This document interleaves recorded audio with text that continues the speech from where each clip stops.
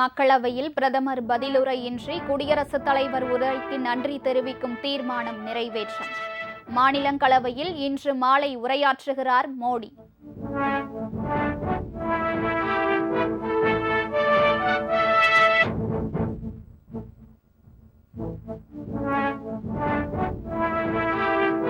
பிப்ரவரி 3வது வாரத்தில் தமிழ்நாடு சட்டப்பேரவையில் இடைக்கால பட்ஜெட் தாக்கல்.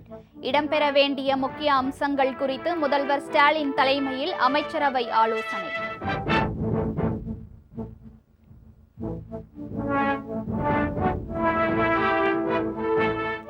தமிழக சட்டமன்ற தேர்தலுக்கான ஏற்பாடுகள்.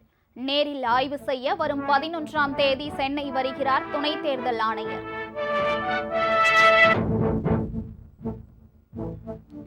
பிரதமர் நரேந்திர மோடி தேர்தல் பரப்புரைக்காக மீண்டும் தமிழ்நாடு வருகிறார். பிப்ரவரி 28ஆம் தேதி மதுரை பொதுக்கூட்டத்தில் பங்கேற்கிறார்.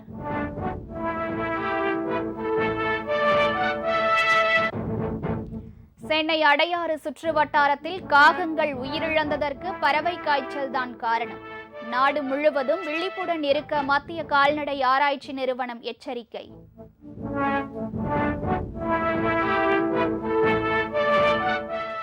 ஆபரண தங்கம் விலை சவரனுக்கு 4640 ரூபாய் சரிந்தது. வெள்ளியின் விலையும் கிலோவிற்கு 20,000 ரூபாய் குறைந்தது.